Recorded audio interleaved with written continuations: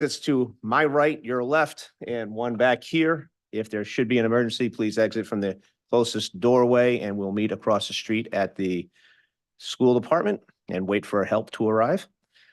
If you would all now please join me in a pledge of allegiance and a moment of silence for our men and women in harm's way.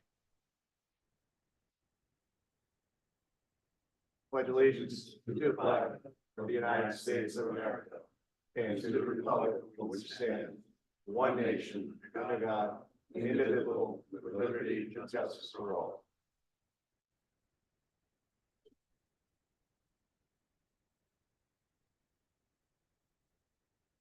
Thank you, everybody. Let me make one more adjustment. I think we're echoing here because that's better.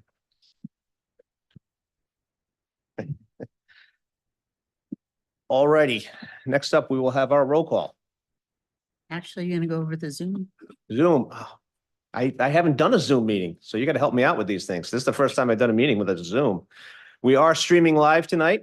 For those of you who are watching from home, if you would like to participate, you can dial 9 from your cell phone, or you can raise your hand and we will get you online. Now for our roll call. Ms. Abbott? Here. Mr. Gleason? Here. Dr. Ryan? Here. Sorry, Mr. Levesque? Here. Mr. Hamilton? Here. Fantastic. President's executive summary. The only thing I want to say is I attended, I know Dr. Ryan attended the opening. I know Mr. Woodhead was there. Our town planner, I saw with her kids there at some point, the opening of the, you were there later, or I missed you earlier? You were earlier? Okay. Of the opening of the new playground. It is fantastic. I can't believe how spongy that rubber flooring is. It's like a trampoline. So it's a beautiful playground. I hope it gets a lot of use. It seems to be getting a ton of use right now. So that's fantastic. Next up, we have our consent agenda. Mr. President, I move that the consent agenda be approved in all respects. Second. All those in favor? Aye. Any opposed? Motion passes 5-0. Next up, we'll be sitting as the Board of License Commissioners. We have 5 items. First up, we have an entertainment license for New England Boat Works LLC at 1 Lagoon Road, Safe Harbor Race Weekend 2024 on August 9th, 2024 from 6:30 to 9:30, which is a Friday evening. Move approved as requested. Seconded. All those in favor? Aye. Aye. Any opposed? Motion passes 5-0. Next, we have an entertainment license and a victuals license both with fee waiver requests for the Portsmouth American Citizens Club, 35 Power Street, for the annual St. Anthony's Feast, July 18th to the 24th from 8 a.m. to 1 a.m. Mr. President, I will move approval as requested. I would note that while it is called the St. Anthony's Feast and has always been in my lifetime the St. Anthony's Feast, it is in fact a Portuguese American Citizen Club activity, although they do tend to donate a significant amount of money to the church. So I move approval and the fee waiver for both. Seconded. But they do give St. Anthony a ride during the parade. Actually, no, I used to have to carry Tony. Right, that's what I meant by a I'm sure ride. you carried Tony, and I'm sure you carried. I have Tony. not quite carried Tony. I Tony's have a not. friend of ours, Chris, a guy who drank a little. All those in favor? Aye. Opposed? Motion passes 5-0. Next, we have a peddler's license annual for the Protective Collaboration LLC, doing business as Air and Anchor 15 Petticoncet Avenue in Cranston. Move to approve. Second, All those in favor? Aye. Opposed? Motion passes 5-0. And another peddler's license, mobile food establishment new for Alex Impraglizio. Whatever. Doing business as Onshore Brewing Company. That's easier. 800 Wampanoag Lane in Tiverton. move Approved. approved. Seconded. All those in favor? Aye. Opposed? Motion passes 5-0. Move to adjourn as the Board of License Commissioners. Second, All in favor? Aye. Opposed? Motion passes 5-0. Next up, we have our minutes from the May 28th meeting. Mr. President, I'm going to be abstaining because I was not here for that meeting Okay. unless there's a rule of necessity. Move to approve as presented. Second. All those in favor? Aye. Opposed? Motion passes 4-0 and 1 abstention. Next up, we have our town administrator's report. Mr. Rayner. Good evening, Acting President, Town Council, ladies and gentlemen. The Rhode Island Recreation and Parks Association has awarded the Portsmouth Recreation Department a $5,000 grant for support of the Recreation Department 2024 pickleball program. This year's open play pickleball program will be held through July 28th. Unfortunately, the taped lines on 2 of the 4 courts prepared for the event at the high school were vandalized over this weekend, so availability may be somewhat reduced until we get the lines replaced. I attended a ceremony at the base of the Mount Hope Bridge in Bristol on May 30th. Senators Jack Reed and Sheldon Whitehouse were on hand to hail additional funding in the amount of $17 million for the ongoing bridge cable dehumidification project. So far, over $27 million has been secured to help prevent corroding of the support cables, which is expected to extend the life of the bridge for another 75 years. And it will preclude the replacement of the cables, which was estimated to cost over $500 million. As part of the Governor's Learn 365 Rhode Island program, students from the Portsmouth Middle School and High School will take part in a day sail aboard the Oliver Hazard Perry as part of a continuing education program. The middle school students set sail yesterday, and high school students will set sail on June 15th. Students involved in the program will work in rigging, engineering, carpentry, and navigation. Just a reminder, the public budget hearing will be held this Wednesday, starting at 7 p.m. here in the council chamber. The Naval War College graduation ceremony will be held this Friday at Dewey Field at Newport Naval Station, and I will attend as a representative of Portsmouth. Town Hall, as a reminder, will be closed next Wednesday, the 19th, in observance of the Juneteenth federal holiday. And then lastly, we have 2 upcoming recycling events. The first is a hard plastic collection event on June 8th at the Portsmouth Transfer Station. Which was missed last that week. Yes. See, this is what you do. This is what happens when you write your notes a week in advance. Yeah, so that one is obviously passed. That usually fills up pretty quick. The next event, however, will be next weekend, June 15th at the Portsmouth High School from 9 a.m. to 12 p.m. This event is open to any Rhode Island resident. A truck is stationed at the Prudence Island Transfer Station. It will be there until Thursday to collect e-waste events for transport to the e-waste event at the high school for this Saturday. And that concludes my report, Mr. President. Thank you, sir. Any questions for Mr. Rayner? Okay, on to resignations and appointments. We have 2 new appointments, or 1 reappointment and 1 appointment. Mr. President, I move for the reappointment of Abby Brown, I believe it is, to the Bristol Harbor, the Bristol Ferry Town Common Committee. Second. All those in favor? Aye. Any opposed? Motion passes 5-0. And next we have an appointment for the zoning board, which would be the 2nd alternate. Mr. President, I would move the approval of Mr. DiMartino to the alternate position on the Portsmouth zoning board. Second. Mr. President, Yes. if I may, I would just ask if my fellow councilors would consider not appointing this position at this point. Only because I think Jim Knott came before us, sent a letter, said, I'm going to leave, but September, here's some time to look for a candidate to replace me, which I think are some pretty big shoes to fill. Nothing against this gentleman here, but I would hope that we would have a better selection, or a Greater. greater selection is a better word for it, yes. And ask your indulgence in just letting it go for another month. Well, we have, Lisa, I don't have a strong feeling either way. I thought Mr. Knott's comments were very well taken. However, he did talk not so much about outreach, but about almost a training program for somebody coming on in instead. And certainly the zoning board has gotten to a point now where a level of sophistication is probably necessary. This is an alternate position, which would be a learning position. And if I read this gentleman's application, he is, I think, at Anna Dees and Yes. has been there for 18 years. So that seems to me to be sufficient. I agree with you. Mr. Knott suggested to us that we set something in place. I think that's wise.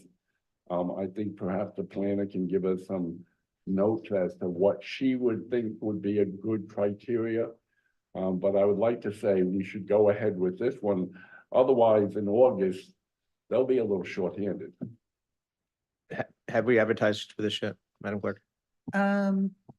Not other than, we have always for advertising, Okay. but not particularly.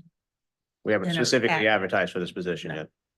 Yeah, And just to point out, Yeah. maybe I'm not remembering this correctly, but I don't think there was any vacancy on the there isn't a board. vacancy until the 1st of August. when he Right, but steps there down. wasn't even any notice of a vacancy until the last meeting. I When Jim, assumed, when Jim Knott submitted his letter. Right, so technically, we don't have a vacancy to fill at this point because he doesn't leave till August 1st. Well, I think, what I'm saying is, there was no indication that there would be a vacancy until the last meeting when Jim Knott sent his letter. So I mean, the public is not generally aware that there's a vacancy upcoming. I would just point I that out. believe- Unless they read the newspaper or watched the meeting. Right. well, I believe this vacancy, perhaps the planner can advise me otherwise. This vacancy has existed for a while. This is not in anything related to Mr. Knott's leaving a full position on the board. But I believe the alternate position may have been vacant for a while. Am I wrong? I can specifically say that Mr. De Matteo he's the owner of Anna D's and he lives off of Immokalee. So he's been a longtime resident and he had dealings with both Anna D's getting a zoning board special use permit. And he had some building issues that he had to deal with at his house. He enjoyed doing that. And he, months ago, had asked, how can I get involved with the town? I don't think he had read any articles. He hadn't watched any recent town council meetings. He did not know anything about the chairman's non-reappointment. It just happened to come in at the very same time that Mr. Knott was requesting to no longer be appointed. Is there an alternate position open at this juncture? Do you know? I don't think so. No, we have a full zoning board. We have Yes. the 5 regular members and 2 alternates. Yes. I can specifically say that planning staff had said, well, fill out an application when there is an opening. Your application will be reviewed. I didn't tell him, Jim Knott is resigning. Please submit your application. Well, and I will tell you, as we're on the subject, but I believe now your motion is very well taken. Actual experience in front of the zoning board is a wonderful, especially if you got turned down. Because having been turned down by the zoning board, at least you have a sense of what it feels like. But if there is no opening, there is nothing to appoint. So- Is that a fair statement? It is a fair statement. We could appoint somebody to take their place on August 1st, but we could also leave this open. Leave Marco on there. And Well- ask for more applications and do something on July 10th, so that way we're not messing up the August meeting. And I think the opening right now would be Mr. Knott's full member. So we probably should hold off on this. No, because you don't appoint to the full member. You appoint to the second alternate. The first alternate goes to the full member. Okay. The second All right. alternate goes to the first alternate, So and so should on. we continue this to July 10th? All right. why don't And we- request advertisement with the clerk. All right. Would that be your motion? That would be my motion. Can I have a second? Second. All those in favor? Aye. Opposed? Motion passes 5-0. Ms. Abbott, did you want to say anything? or- Nope. Okay. The only thing I Agree would with like to say, again, I have never met Mr. DiMattino and it's nothing personal to do with him. I just think it should be open to others. He makes a very good sandwich. I Absolutely. can tell you There that. you go. I'll agree with that. Yeah. All right, old business number 1, we have an update on the budget, I believe. The state legislature has seen it to give cities and towns a little bit more money for education across the board. Mr. Rayner. So you're correct. So last Friday, the full House approved the House Finance Committee's proposed FY 25 budget. And that has now going over to the Senate for discussion and vote. I anticipate that vote would be this week. There's no guarantee. The budget that came out of the House is $271 million more than the proposed governor's budget. And for Portsmouth, it includes the following increases. If you could bring that.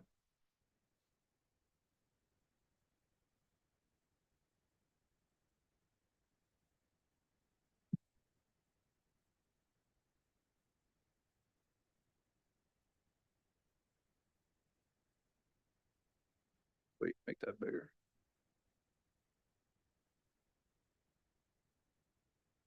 Okay. So, school aid, there was no increase in the municipal side, but on the school, education aid, the funding formula was increased by $64,401. The high cost for special education. Hang on a second, Mr. Rena, Yep. it hasn't flipped over onto Zoom yet. It's either a little behind or you just have the wrong share on there.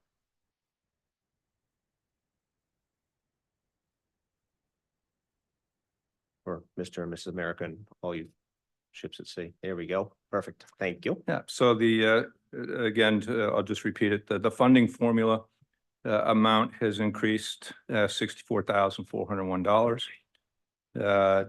The high cost for special education line was increased by $28,799. And group home aid was dropped, decreased $744. So there's a total increase in education aid to Portsmouth of $92,456. Our provisionally approved budget included the governor's proposed aid numbers and placed $58,000 in the town contingency account to be used to pay for an anticipated increase in the school's healthcare premium if needed. The House increases to education aid would cover the $58,000 that they need for medical spending and could allow for the local appropriation to be reduced by $34,456. So $58,000 plus the $34,456 equals the $92,456 increase in school aid. The total budget would remain unchanged at $74,404,959. However, and there's more to the story. However, the real estate tax, real estate property tax and the commercial tax would drop from 13.185 to 13.165, so 2 cents. However, as Paul Harvey would say, the rest of the story. So this just passed Friday evening. It's a big budget and we're digging through it. Unfortunately, the budget passed by the House also changed the tangible tax reimbursement legislation. So the bill was held for further study. However, the change was made into the budget. So under the current law, the tangible tax reimbursement to Portsmouth was to be $292,999, which is accounted for in the revenue section of state aid in our provisional budget. The House budget changes the reimbursement, and it is now forecast to be $168,869. This is a $124,000 shortfall in projected revenues from the provisional budget that was approved by you. So when we combine the increase in educational aid, the reduced tangible tax revenue, this would result in a revised total levy. So as up on the screen, you know, when this was prepared, when we released the agenda last week, we were looking at a total levy of $64,232,386. This shortfall, minus the increase to the schools, would increase the total levy to $64,264,914. So that would mean that instead of dropping the residential real estate tax and the commercial tax by 2 cents, it would actually have to go up by a penny. It's a little bit less than a penny, but it'll go from 13.185 to 13.191. And it's just the way it is. We do have some revised net asset values and tax abatement information, which will need to be incorporated into the budget. That will provide some relief And I'll have that information incorporated into the budget for Wednesday's discussion. So that's where we are with the budget. So do you anticipate the abatements and the new assessments to increase that delta? Slightly decrease it if I got it correct. So instead of a 13.191, I think it'll be slightly less than that. Yeah. Okay. So, Mr. President, if I may make a brief comment. The budget that's passed by the House is uniformly passed by the Senate. There is a tradition, if not more, that it is the House's prerogative to do the budget. However, a line item in the budget that does not accompany actual legislation is much really a nullity. I don't see, unless they put the language of the new law into the budget, which they're perfectly capable of. That's exactly what they did. They did. All right, and it's probably gonna happen. Oh, So once again, we have a change of state law that last year was designed to help out businesses across the state, now is being changed to help out cities that didn't budget properly for that change. And disadvantage the rural communities that budgeted properly for these changes. Yeah, in a nutshell, that's exactly what happened. And there were no changes to the excise tax. There was no escalator put onto that, so they just flat funded us with that again. So you're asking us for right now to table this and we'll have further discussion on Wednesday night, is that, or would you like to No, I'd like to make the wait. changes to the, we can make the adjustment to the local appropriation, or you want to wait? We should move that I money think over. if you could do, change the local appropriation and put the tangible, or I'm sorry, the town contingency back to the 15,000. So take that back to 15,000 and then make the local appropriation. Well, what if we put it all right in contingency for tonight until you can figure out how much or where it has to go? Do you want to do that? Or do we have to just, we're just going to subtract that out because our revenue is going to be lower? Yeah, you're just going to subtract it out. So okay, Mr. President, that is certainly one idea, although Ms. Gleason, were you looking to comment? You go ahead. I saw this proposal and I thought it was, quite frankly, righting a wrong. I think that if we want to suggest that we care about the integrity of our process, then we have to recognize when an actual physical bill comes across, we can't ignore it, which fundamentally is what we did by putting the 58,000 on the town side of the budget as a stopgap. It was my motion. I know that. But nonetheless, it's troubled me because I think it does question the integrity of what we do. There's a process. We have respected the process. But regardless of the process, we have to remember that when this budget is enacted, it's our budget, not Mr. Rayner's, not the superintendent's, it's our budget. We're the ones making a statement to the town that this is what is appropriate and necessary for the community. And that money for the healthcare, after I think strong negotiations between the superintendent and the administrator, was a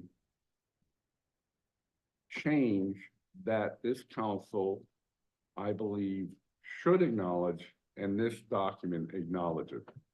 We may have to make other adjustments on the night of the budget hearing. A lot of that will depend on what occurs.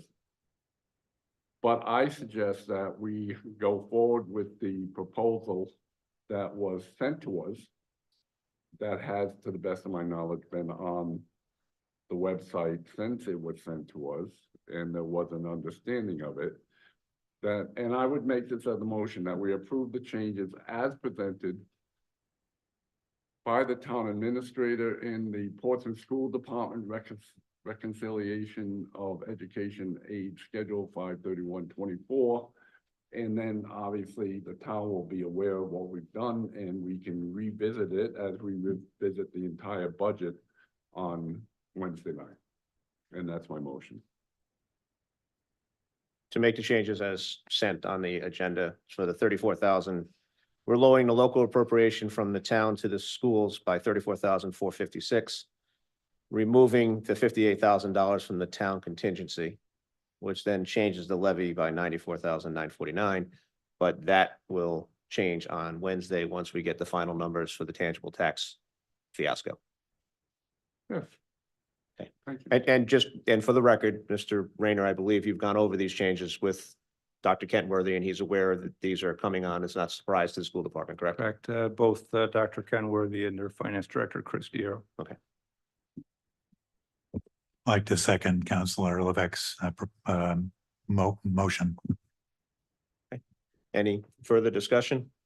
We'll have to iron this out on Wednesday. Mr. My Gleason? only discussion is going to be that I'm not going to vote for it because I don't totally understand it. And hopefully I'll understand better on Wednesday night. Hopefully we all will. So And Councilman Gleason, I think that is one of the more honest statements that I have ever heard that anybody has made from this body. All my statements are honest. Okay. That's just, So- that's more profound than others, I suppose. roughly, we're having to take the 94,949 that we were going to spend and reduce our revenue projections by that same number, because we're not going to get the tangible tax revenue that we were promised. So, but it will be adjusted on Wednesday night, and we'll be able to see, hopefully everything will have shaken out by then. All those in favor? Opposed? Nay. Motion passes 4-1. And we hope there's no more damage done in the next 2 days. And Mr. Administrator, let me thank you for that adjustment. I realize it may change.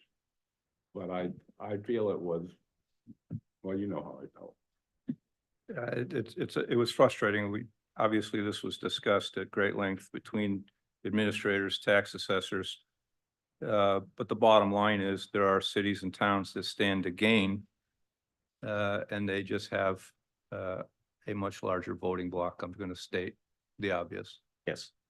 I will say something, and I regret this, because I loved my time in the State House and the representative. But there weren't that many people that paid attention to the weeds, and I did at that time. I was much younger. And I would have spotted this and at least had an opportunity to talk about it. I'm not certain, and I mean no criticism to the local delegation, but it's a big document.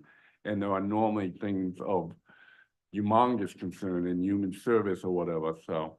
This is strictly a case of larger cities complaining that they were losing a lot of money and having more representation at the State House. So we lose $125 roughly $1,000. Providence gains 6 million Well, and the thing.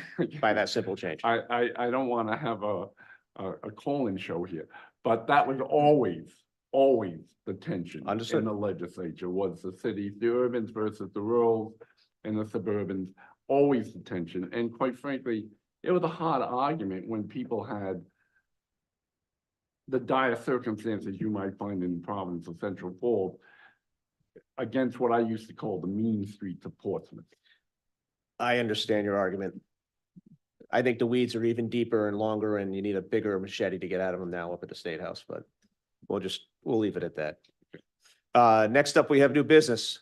We have a public hearing to approve a variance to the sound limits for an entertainment license that we already passed 20 minutes ago. Set forth in codifications of ordinance, chapter 257 for noise for an event that will take place at Safe Harbor New England Boat Works at 1 Lagoon Road to allow live amplified music at Safe Harbor during the regatta party on August 9th from 6:30 to 9:30. This is a public hearing for this. Would anybody like to speak to this item? Mr. Grieve, as a pseudo abutter, or not a direct abutter, but you're pretty darn close. Tom Grebe, 110 Thayer Drive. I'm just going to renew my request at all of these noise variances, that the council put a limit on the noise variance. So far, noise variance has been passed and there are no limits whatsoever on the noise that can be put out. And I think that's the wrong way to go. I won't come back for the next one, but it's the same thing. There are people that live nearby. There should be limits, a dB limit. This particular one, the zoning is already 10 dB higher. Actually, it's 20 dB higher at night than the residential would allow. I just want the council to consider that, and I really think as you pass noise variances, you need to have a limit as to what that noise variance can be. Thank you. Thank you, Mr. Grebe. Anyone else? Seeing none, can I have a motion to close the public hearing? So moved. Second. All right, now we've closed the public hearing. Just for this, Take a motion. all those in favor? Aye. Opposed, motion passes 5-0. For this particular location, it's pretty far out into Narragansett Bay, so it's a little bit further away, even though sound does carry. I don't think it would be any louder than daily business that could be going on down there. But Probably be no louder than my household when all of us were there and fighting. could be. So what is, Move that we approve the noise variance. I'm sorry. she moved approval. Okay, I will second that emotion. I do motion. Smokey Robinson. I do think that's Mr. Grebe makes a very legitimate point, though. If we're gonna waive these things, perhaps, Chief, you could give us some idea in the future what would be a reasonable stricture to put that our machines could detect that would be truly uncomfortable to the neighbors. I'm just suggesting next time that we might have that leeway, because I think it's a reasonable request. So- Mr. Temporary President. Mr. Gleason. I would be remiss if I didn't comment about the noise level, because I don't want to be on record as just saying one person, in this case, Ragged Island, I suggested a 90 dB level, but I am in total agreement that anybody that comes before us for a noise, variance for the noise ordinance, a level should be assigned. So I also would ask that maybe the chief and the planner could figure out a good number that could be assigned for each event. In case it gets to the high levels, without a limit, a neighbor has no standing to even call and make a complaint to the police department. That's my biggest concern. So, And there might be a number that the proprietor would be very comfortable with. I would agree. And just a number within his limits of his property or at his property line, that could be monitored. So I will just make that comment once, but it applies to the next variance as well. Yeah, so roughly speaking, decibel limits, concerts, any genre of music, which I would disagree with. I think speed metal might be a little bit higher than other music, but String quartet. yeah, but is 110 decibels. Snowmobiles and MP3 players at full volume are 100 decibels, a lawnmower is at 90. So just to give you an idea. A jet airplane is 120 decibels taking off. There's a bar down the street from my house on Park Avenue that plays like bad Neil Young imitation at maximum decibel electric, excuse me. I think it probably goes over the limit, but hey, kids will be kids. Without a variance application as well. Mm, Out of curiosity, the event for which we granted a variance to Ragged Island was last night. Were there any complaints?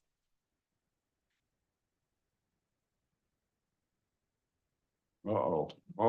No, there were no issues. Great. Thank you. Thank you. The weather helped as well, too. Yeah. Yeah. All right, there is a motion and a second. All those in favor? Aye. Any opposed? Motion passes 5-0. Next is another public hearing The request from Mike McFarland to approve a variance to the sound limits set forth in codification ordinance at 257 noise for an event to take place at Sunset Cove on the back lawn at 706 Park Avenue to allow for amplified music for the Ravers outdoor concert to be held the following day, August 10th. So we have some Actually- good music coming up, Actually, it's supposed to be the 3rd, August 3rd. August 3rd, not the 10th. You know, it's the day after my Should birthday. should we fire the director of events down there at Sunset Cove then? Yeah. Okay.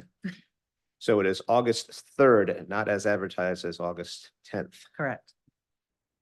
Anybody like to speak to this event on August 3rd? Is Mr. President, I move that the public hearing be closed. there a second? Seconded. All those in favor? Aye. Opposed? Motion passes 5-0. Mr. President, I move approval of the request as printed. Not as printed. I know, with the amendment to August 3rd as opposed to August 10th. Correct. Seconded. All those in favor? Aye. Any opposed? Motion passes 5-0. Thank you, Ms. Campbell. Next, we have a public hearing to change the proposed amendment to codification ordinances number 250, chapter 250 of motor vehicle traffic. There have been some changes at the state level. Did they make those changes? Or are we still not allowed to do these things on state roads? We're still waiting. Okay. So Mr. Hamilton, members of the council, so police department's requesting to move this to a future date, this hearing. There's been some developments on this law at the State House, specifically in reference to clarifying language. So the intent of the bill is how we understand it and how we were prepared to present it tonight. However, the way it's worded currently, experts or legal individuals have interpreted it to mean that under the current way it's wording, no low-speed vehicles would be allowed on any state roads. So for us, that would mean Park Avenue, sections of Middle Road, Schoolhouse, Anthony, so certain sections of the town. So that was not the intent of the language. So the House has passed clarifying language in a bill that has amended it and clarified it. They passed that last week. The Senate, however, has not passed that yet. So Shall we wait to the 24th or you want to do July 10th? I think it'd probably be safer to do it in July because we have to wait for the governor to approve it and things change. And if we don't know how it's gonna, the 8th. July 8th? July 8th, I'm sorry. Okay. So can we have a motion to table this item till July 8th? So moved. Second. All those in favor? Aye. Opposed? Motion passes 5-0. Thank you, chief. Thanks, chief. Mr. President, could I ask for the good of the order, chief? Do we have any empirical evidence as to the danger or the risk associated with these smaller vehicles? We do. So I'm prepared. I do have a short video from Consumer Reports to show crash tests regards to these vehicles. So there are no crumple zones on these vehicles. There's no airbags. So that's kind of the concern about the safety of the occupants that go in regards to the law. You also have other concerns as well in regards to the amount of traffic volume on the road, the speed at which these vehicles can travel, which is only 25 miles per hour. The police believe that the safest place for an individual to be in is their lane of travel. And I think we've known by driving here, and if someone's driving behind someone that's going slow, the first thing they're going to do is change lanes. We want people to stay in their lanes, especially under the dynamic on East Main Road. So The only thing I would say, a bicycle is a vehicle and is allowed on all of our roads. That's correct. fair statement. And, you know, I'm looking at this proposal, it seemed to me that there was enough of a carve out that, for instance, everybody could get to St. Barnabas Church and everybody could get, well, not to St. Mary's Church, it seemed to me. Can you come out Sandy Point and go that way? Or I thought it was No. only down to Union Street. Correct. So the initial proposal had just all of East Main Road and West Main Road would be the streets. I spoke with the individual who was lived in town, who was trying to push for this item, as well as our representative who pushed forward the bill. So I have an additional amendment that you probably saw in the PowerPoint that I wanted to present to you that would allow somebody to travel the entire length of town. So would there be places that people could not drive? Absolutely. But at least someone could go from Common Fence Point or Park Avenue all the way to Middletown, because it would allow traffic on East Main Road between Union and Sandy Point. So that's that second alternative that would allow people, they'd have to navigate up East Main Road, then come down Middle Road, then just go out for, was it 2 or 3/10 of a mile just to go down in that small section? And that was a alternative proposal we have to allow vehicles like this to at least travel through town, but in a more safer route. Actually, I thought of two religious, St. Mary's that seem to be carved out and the one across from King Charles.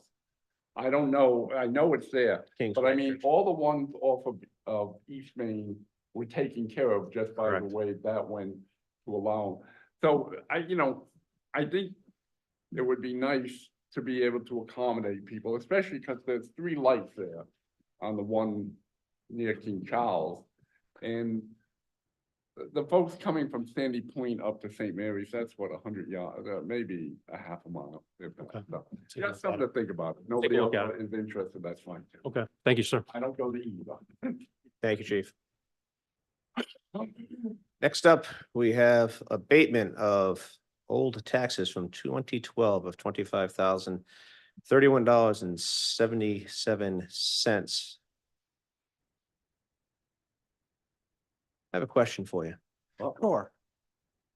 There are businesses on here that are currently still in business and do businesses, say, construction. Are we able to not grant them building permits while they have delinquent taxes due? Not unless we pass an ordinance. So there's no state law that allows us to do that. No. We'd have to do it locally. That is correct. Okay. And most of these are motor vehicle, is that a fair statement? Yes. Okay. There's motor But I vehicle. did recognize a couple of names, but these are all from old motor vehicle. Is there a limit on us trying to enforce the motor vehicle tax? Debits? Well, we don't have an excise tax. The excise anymore. tax That's was a hold removed. over their head, So, so that makes it a little more difficult. but I mean, obviously I could see some of these people on here unfortunately have passed away, so we're obviously not gonna collect those, but it's just that we'll have to think about that. Well, That's a big guy. there are folks on here who have existing businesses that are currently still being run as businesses who aren't paying their taxes, that we should have a way to hold it against them, unfortunately. But what is the council's pleasure? To, The only thing I would point out is most of them are not enough that would really justify having a collection process. well, We've already gone through the we've gone through the collection And that's process. not, okay, all right. I mean, these are from 2012. So- Mr. President, I move that we approve of the tax abatement as requested by the tax assessor collector. Seconded. All those in favor? Aye. Any opposed? Motion passes 5-0. Thank you, Matt. Most of these amounts are trivial and. But I do They- recognize a bunch of names. Yeah, but they are mostly trivial. But watch next year and see if the same people are on there.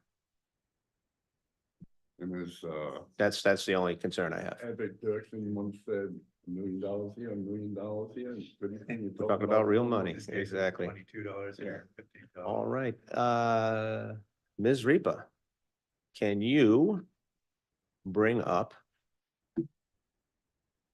Ms. Kitzman so she can present along with our town planner? Safe Streets presentation.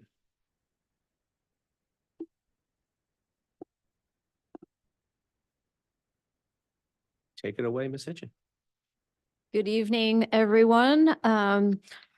Tonight, we are going to have a quick presentation for the Safe Streets for All project.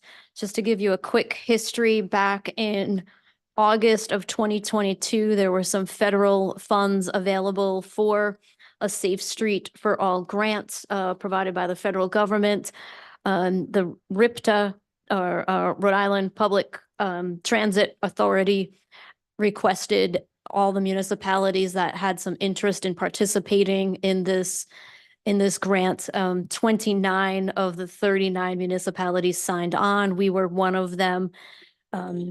Fast forward to now, and RIPTA was awarded I think it was about $5 million in federal funding, and the remaining match is coming from the state of Rhode Island's capital program, a little over $1.2 million. So what is being presented tonight is not coming from the municipal coffers. With us tonight is Shauna Kitzman, a senior planner with Tool Design. She's currently working on 4 Rhode Island projects in and around Aquidneck Island to advance the safety, comfort, and access of the streets roadways.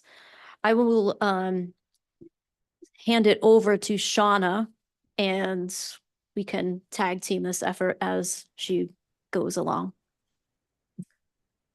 Thank you, Leah. Can you all hear me okay? Yes. Okay. Leah, shall I share my screen? Yes. Okay. Oh, it says host disabled participant screen sharing. We're working on it. Give us a quick second. Okay.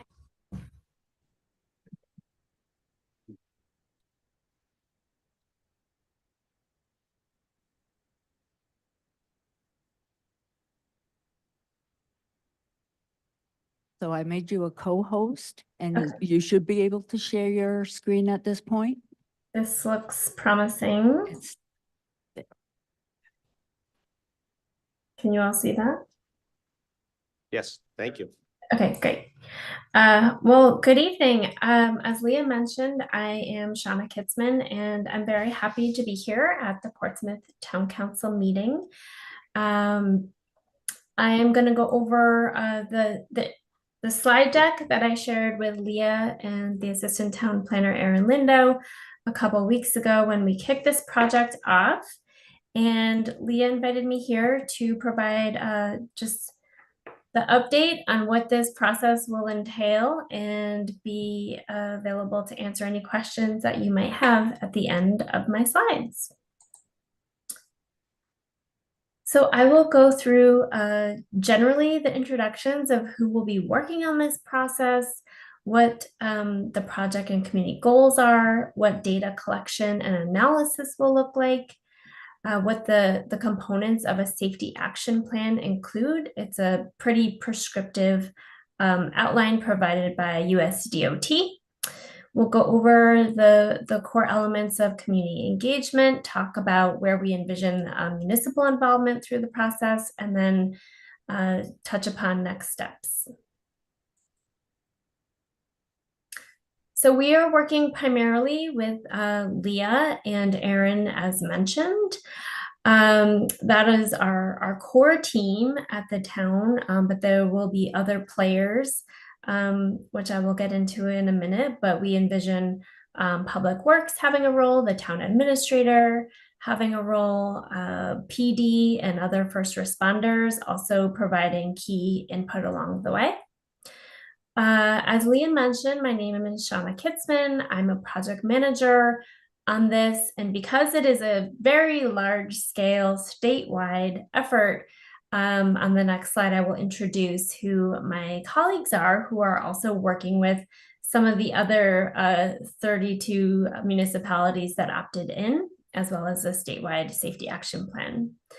I'm working closely with my colleague Quinn Malloy, and we have a variety of support staff at our firm Tool Design. I did want to mention I angled very hard to for Portsmouth, Middletown, and Newport to be within our slate of towns that we are assisting. This is essentially free technical assistance to these towns. Obviously, it's not free, but as Leah mentioned, it's not at a cost to the town for us to provide critical support as we dive into understanding where the safety issues exist on your roadways and how to best address them to prevent crashes that result in serious injury and fatality. Okay, so as mentioned, we have the tool design team. We are managing all the municipal action plans for Aquidneck Island. We recognize that there's been a lot of great work done in the last several years in terms of building up the regional approach to planning, sharing information, coming to the planning table armed with information and data, and we find that it results in better outcomes for all municipalities.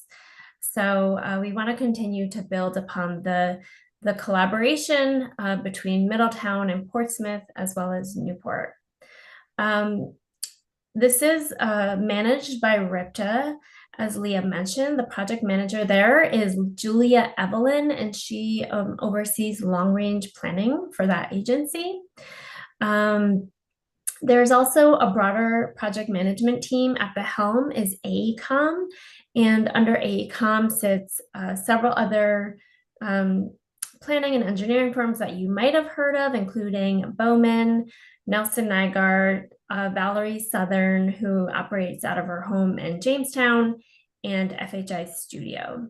So there are many players on this team, but we want to ensure that each of the municipalities has a cohesive experience, and we're working with a whole library of information to share and to make sure there is a unified brand and message across all the municipalities who have opted into this process.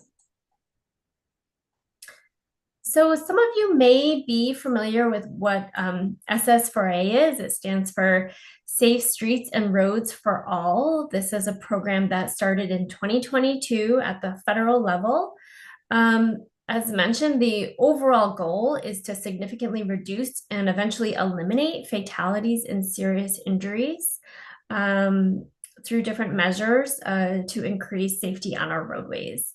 So the specific goals of this program are to create an implementable safety action plan that is rooted in the safe system approach. And now that approach essentially it asserts that humans are vulnerable and they make mistakes, and that crashes on our roadways should not result in death, and that we should design our roadways to be more forgiving to humans' mistakes and errors. We also want to prepare Portsmouth for your ability to adapt to known and documented and emerging safety challenges for all modes of transportation. We want to support that multi-jurisdictional collaboration and regional impact that I mentioned. And we want to promote community and stakeholder engagement to further advance equitable access to your roadways, no matter if people are riding a bus, taking a car, on foot, or on bike. And last but not least, we want to position Portsmouth to be eligible for continued funding. There is a lot of federal funding in SS4A coffers, at least for the next couple years. And this action plan will be designed in a way that positions Portsmouth to pursue additional funding for implementation, supplemental planning, or demonstration projects, should your town be interested in doing so. I should also note there are other avenues. SS4A is not the only federal funding program that is active right now, but there is just an abundance of funding to increase the safety of our roadways and to increase multimodal access.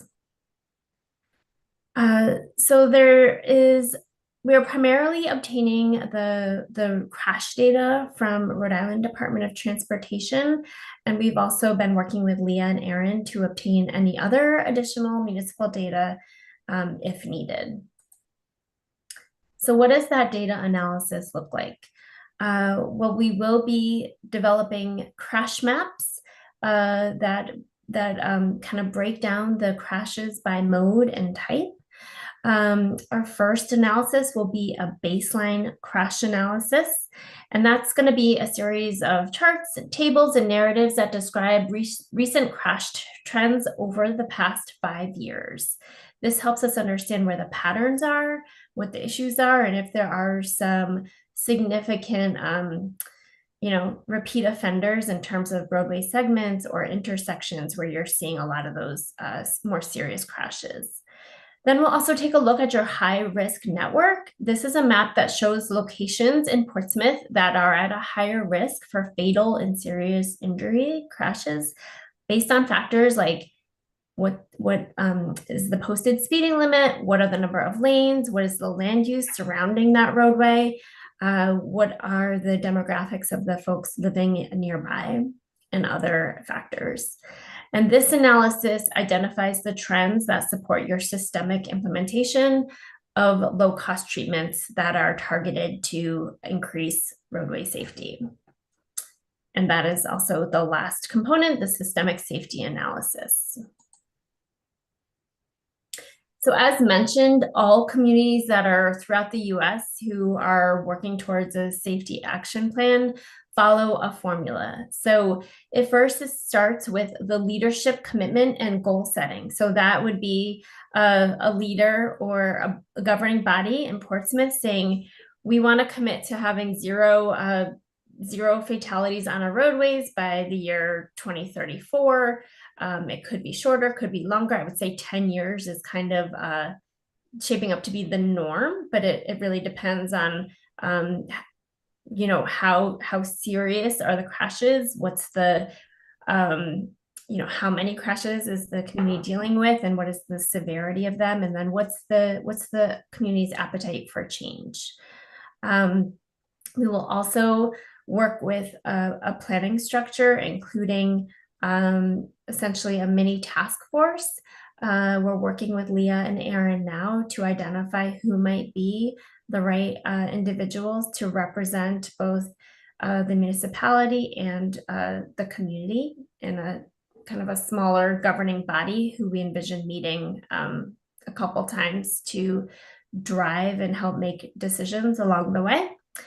We will also do that safety analysis that I just went over. There will be a component of community engagement and collaboration with both the region and the state.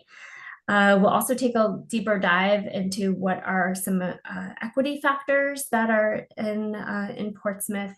Where are the youngest residents living? Where are the oldest residents living? Where are those with lower English proficiency or zero car households? All of those are factors in terms of roadway safety.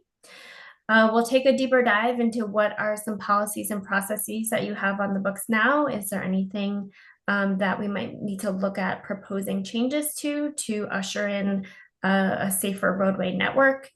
We'll also work with the town and that task force that I mentioned to develop a strategy with a time-phased approach and understanding of costs for change and projects to advance a prioritized list of project selections.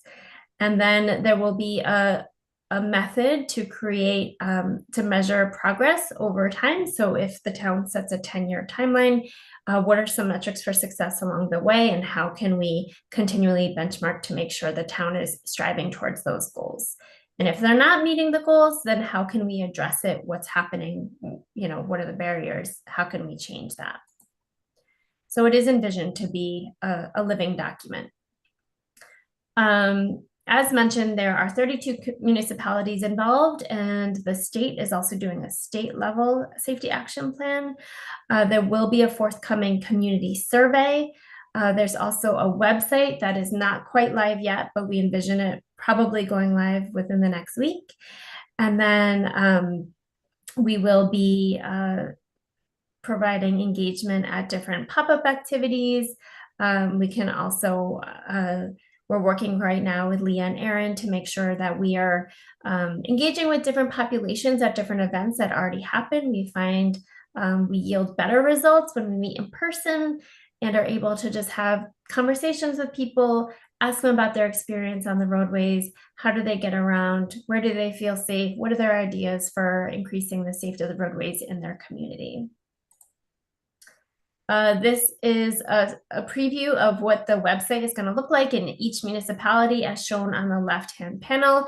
Will have its own little page that we can draw people to. when we talk to people out in the community, we like to give them a business card, say, hey, here's the website, you should check it out. If you have thoughts, leave them there. There'll also be a web map in which folks can leave their comments in a geographic based format. This is just a little bit more about some of the engagement that we are able to do. We can do virtual events. We're happy to be here presenting to you and just making sure we are upfront and answering any questions you have as we get started. We are also able to, do pop-ups either at major community events, festivals. Leah's mentioned the polo matches are pretty popular. We know you have some upcoming like music events on the beach and things like that, farmers markets, all those things are really great places where we like to connect with folks. We can also share information on social media, the town's existing, anything like a newsletter or listserv is another great way to reach a broad array of people. And then sometimes we just pop up at like the local grocery store or other municipal events that feel appropriate. This is the timeline just for the engagement, not the full plan. The full plan will actually go until around March 2025, and that positions the town to be adopting the action plan and able to be eligible for 2025 cycle of that SS4A grant funding that I was talking about. But as you can see on the purple line, we are starting municipal engagement this month in June. We've already started mapping out some activities we want to pursue over the summer, and that'll go through the end of September. In that time, we'll also be developing the action plan itself and convening that task force as mentioned. So some of our early action steps have been deciding with Erin and Leah when we're going to be meeting. We're meeting at a bi-weekly cadence at this point. We have drafted a municipal engagement plan, which is in their review and they're commenting on right now. That state level and local survey is in development, and we'll release that once that's been vetted at the consultant team side. We're also determining what is the right amount and when we should be meeting with other folks from the municipal side. And then our team who are managing the data analysis for the entire 32 towns and state are starting to dig into this wealth of crash data. So with that, I am happy to turn it over to Leah if you have anything else you want to add, or I can answer questions. Thank you very much, Shauna. I'm going to look to my left because our Safe Streets I think it's a great advocate. I think it's a great effort, and I'm curious to see or excited to see the results. I think the one thing that comes to mind that I hope gets integrated somehow into the analysis is that Portsmouth, we do have fatalities and serious crashes, but we seem to be plagued with an infinite number of nuisance accidents that just happen on a very regular basis and become commonplace with all the costs and impacts to quality of life overall. And I think that doesn't always reflect in the crash data that gets analyzed when prioritizing roads. And so, clearly looking at fatalities and serious crashes is very important, but also the frequency of minor crashes and the impact that those have over the long term. Because if you're dealing with, lane closures on a weekly or bi-weekly basis, it can take a toll on the community overall. So I don't know, somehow if that can get incorporated into the analysis, I think that's an important data point for Portsmouth specifically. Daniela, what do you mean by a nuisance crash? Like a fender bender? Well, I don't know what the threshold is for a serious crash versus a non-serious crash. So what's considered a serious crash? Like a debilitating injury. Yeah. So what if there's a rear ending or a side swipe where there's car damage and I don't know, somebody ends up having to go to chiropractor once a week for 6 months, but no one went to the hospital. Not sure it would be caught in the safety action plan because we are really filtering out for those serious injuries that result, or, you know, crashes that result in death, or, you know, a person cannot continue working or cannot care for their children, or, you know, that sort of metric. But Yeah. So, and I agree that it needs to be the priority, and that is certainly a bigger concern, but I also, just to be a little, cynical here, I've been told that the reason why we don't get more funding to fix East Main Road is because not enough people have died on it. It doesn't make it a safe road by any Mhm. stretch of Sure. the imagination. And, you know, if people have to deal with, light posts and car damage and just the emotional toll of having to deal with this 4 times in a month, I think that is a measurable negative impact on the community. It's Yeah. not the same for sure as a fatality or as a debilitating accident. But I don't know how to shine a light on that. Sure. Well, all good points. I would say, you know, we consider community input data, and often that data does not show up in the crash data because, or it doesn't show up when we're filtering out for those crashes that result in serious injury or death.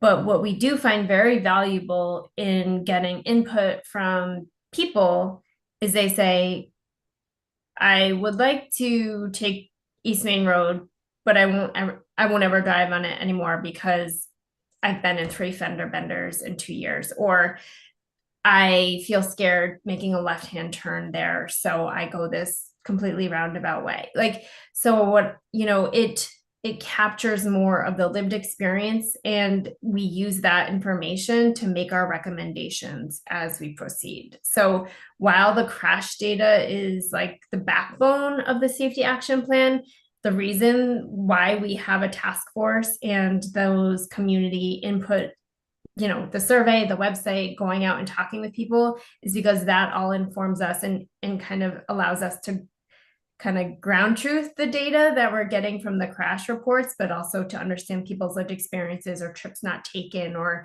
changes to their lifestyle because of how they've experienced your roadways. Okay, so it sounds like that will be captured in the survey and public outreach.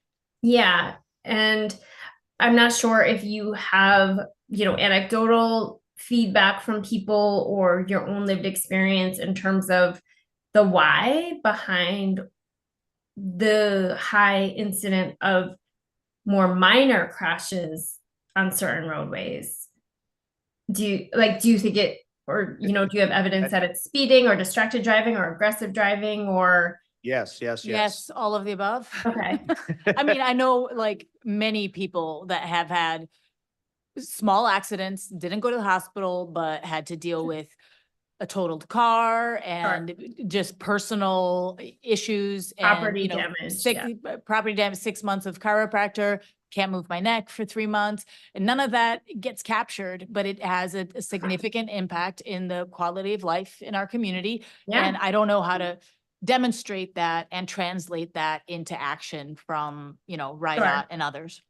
The other element I think you might be comforted by is the high risk network. So that looks at factors of roadways that are at that have a higher risk for more serious crashes. So perhaps your community hasn't had a high number of crashes, but because there's, you know, 4 lanes, there's a 35-mile-per-hour posted speed limit, it's near schools, what have you, like that could be, it might have enough indicators that it's a high risk network and it's worth investing in to improve how traffic flows and to slow cars down. Yeah, I'm good. Mr. Gleason and then Mr. Levesque. Thank you. My cynical statement would be, even if we had 15-foot lanes on East Main Road, and we widen it to 60, I don't think we're going to eliminate accidents due to the human condition of, I'm more important than you and I got to get to work in a hurry and all the things that happen every day on our streets. So I think Danielle has raised a good point that the nuisance accidents can lead, they're just as important as fatalities in how they affect the day-to-day transportation of people and kids around the island. But, the questions I would have are, what are examples of how to make our roads safer? We're looking to, be eligible for funding, but what are we going to get funds for? Is it for designs that make roads, so safe that nobody's ever going to die on them? Can you explain that whole concept of how we're going to make the roads safer? Sure. Yeah, I mean, there's different ways to make the road safer or to change policy or enhance programming within the community. But in terms of safer roadways, yes, if you narrow lanes, if you slow drivers down, then there are fewer crashes that result in death and serious injury. Some ways to do that include planting street trees and having a certain kind of pavement marking that provide visual cues to drivers to slow down. Sometimes it's physically, removing a lane, perhaps a road diet, or just adjusting the geometry of a roadway. Sometimes it involves having something like a curb bulb with better marked crosswalks, just so drivers are aware that they are sharing a road with pedestrians. I'll give that as an example. Some of it is updating your signaling for traffic signals, increasing lighting at certain intersections and roadways. I mean, those are just a handful of options for how other communities have slowed traffic and minimized these serious That's the kind of target we would be looking for the funding. Would include lighting and all those conditions you mentioned. Okay, thank you. The other question is, how are we going to make vehicles safer? At the federal level? Sorry?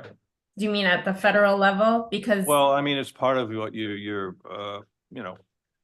until the manufacturers stop producing cars that have 300 horsepower, or they put a limit on how far you can push a gas pedal.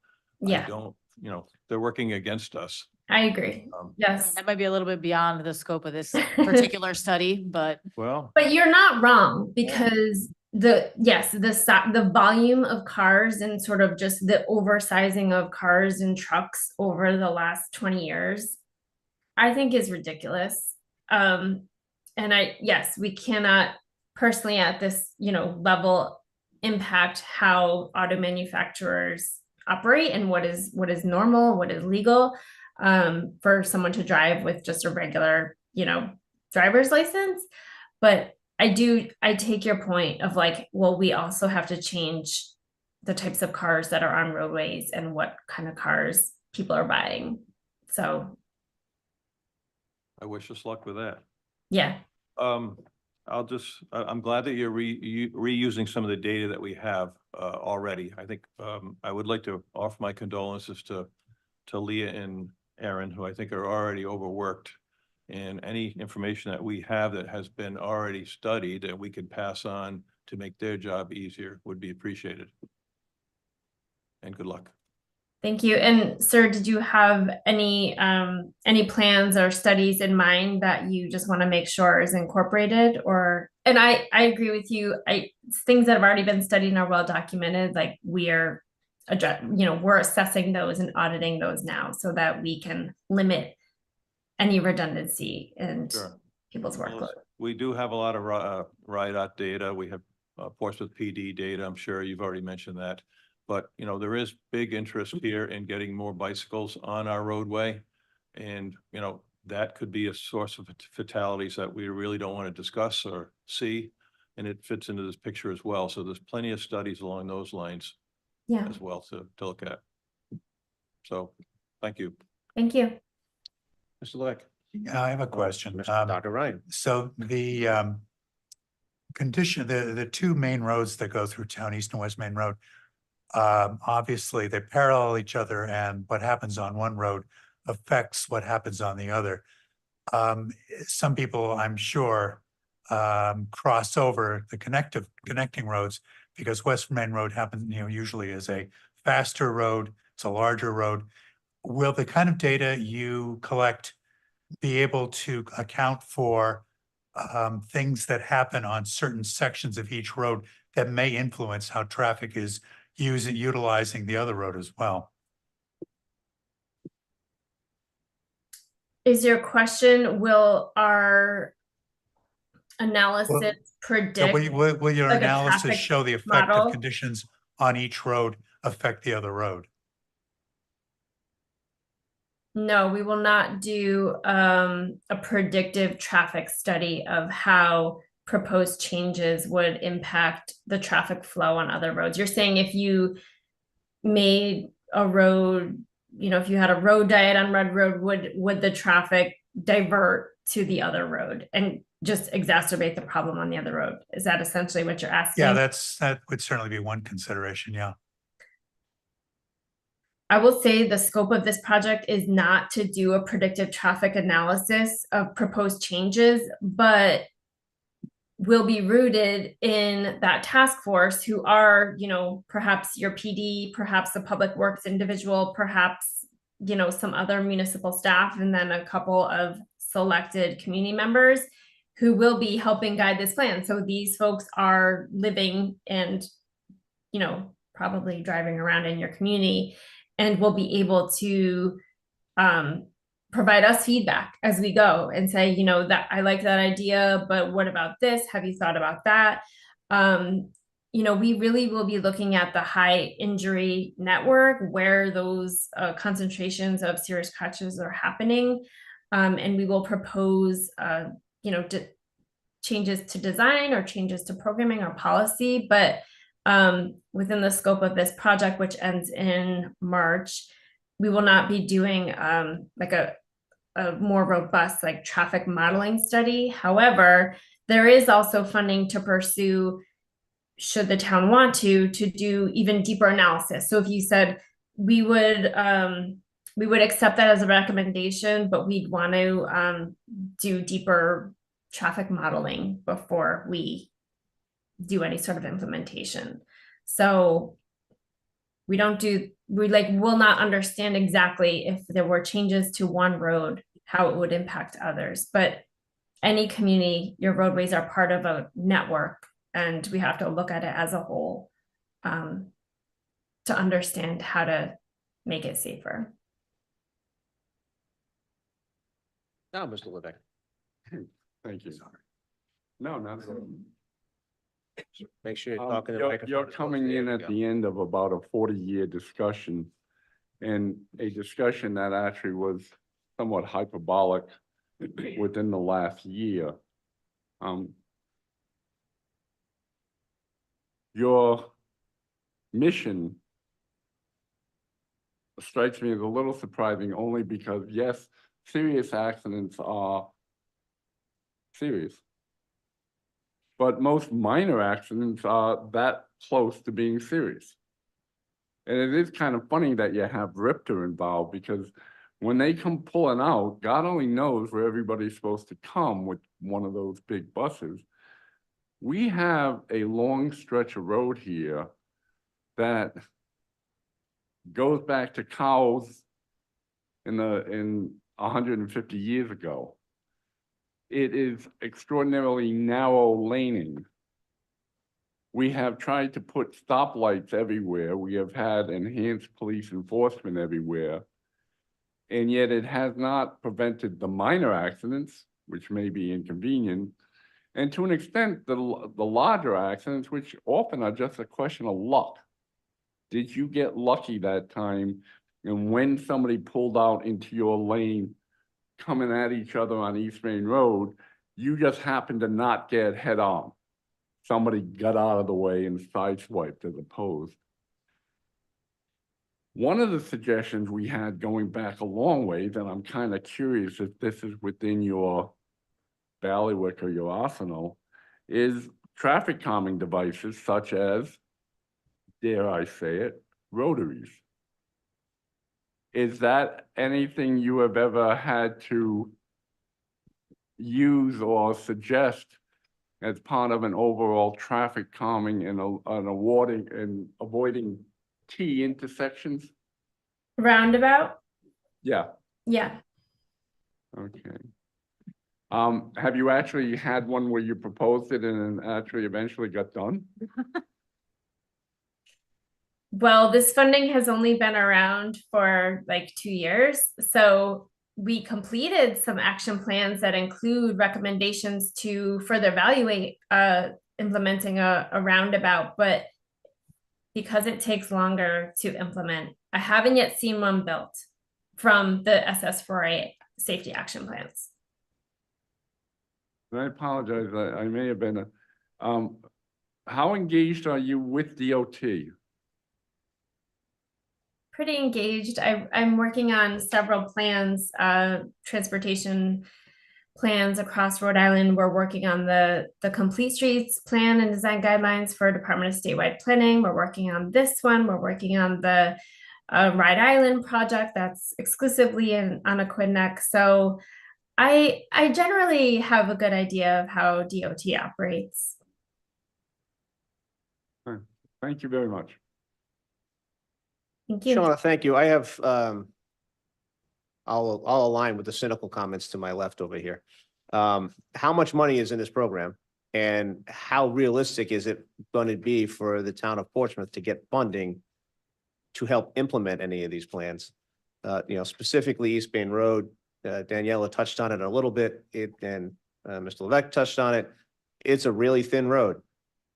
I mean, there are telephone poles that take off rear view mirrors on a regular basis.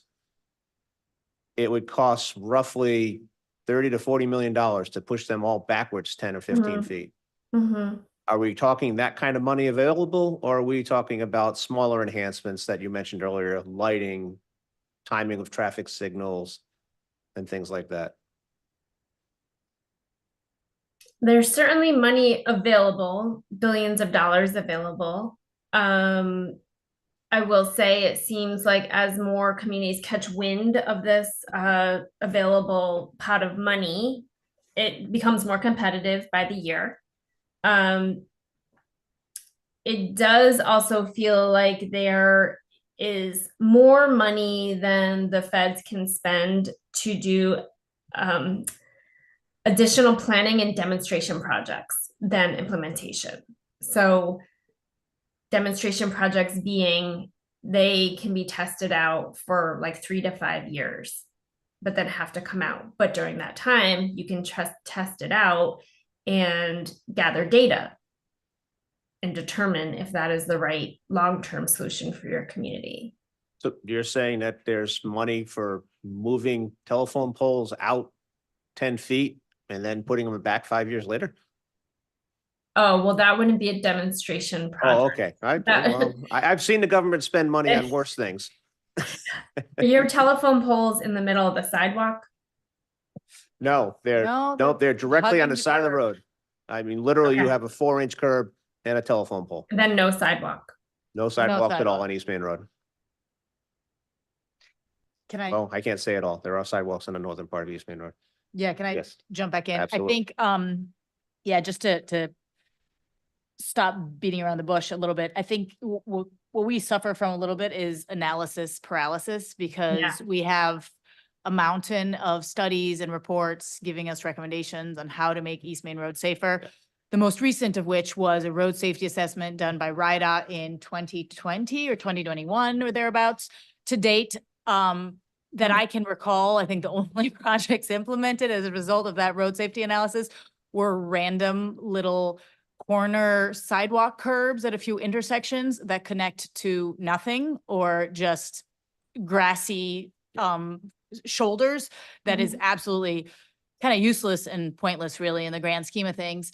And in the reality of it is that what we need to make our road safer are like massive projects. And we just need to figure out a way to help fund it. So I think this project is great. I hope you look at the road safety assessment and all the bajillion other reports that were done. And if we can use this as a way to kind of bring it all together and have a Aquidneck Island go in together to get some funding. So I don't know, hopefully people can stop dying or getting in car accidents on their way to and from Newport. That might be a lofty goal for us. That I think would be a useful effort. I don't think we need another report telling us that we need Yeah. sidewalks and shoulders or a road diet or a roundabout, because I mean, we've all been hearing it for ages, and what we need is money to do these things. Totally hear you. So Well that's said. that. All right. Well, truth be told, you need a plan before you can ask for money. We have met multiple We plans. have a but- lot of plans. But No, we haven't settled on a plan. We have a lot of discussion about. But we plans. seem to settle on a plan every 4 years or so, and then everything gets derailed. Do you know that we have? Shauna, thank you very much. Thank you. We don't have any, I don't see any questions Thank you. online. Any folks in the audience wish to ask any questions of Shauna? Or Ms. Hitchin? No? Thank you very much. We look forward to engaging with you. As you may or may not guess, one of our municipal liaisons may be somebody over here who is very well versed and very much an advocate for these types of projects. So we will be in touch. Thank you so much. I Thank appreciate you it. Thank very you. much.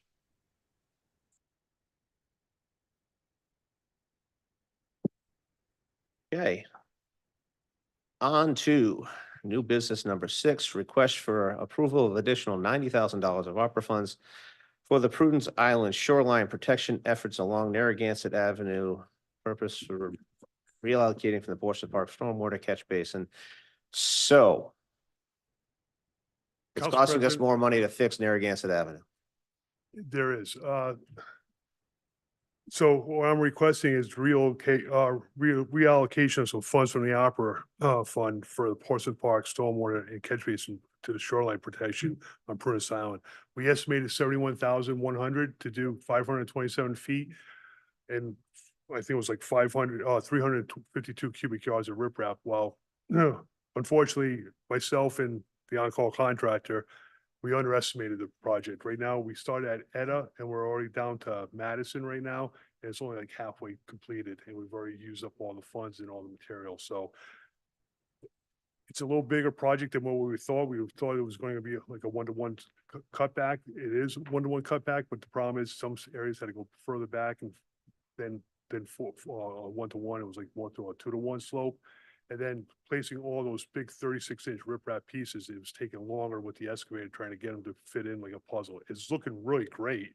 That's where you've been down there. It's just taking a little more time than we're going to be allowed.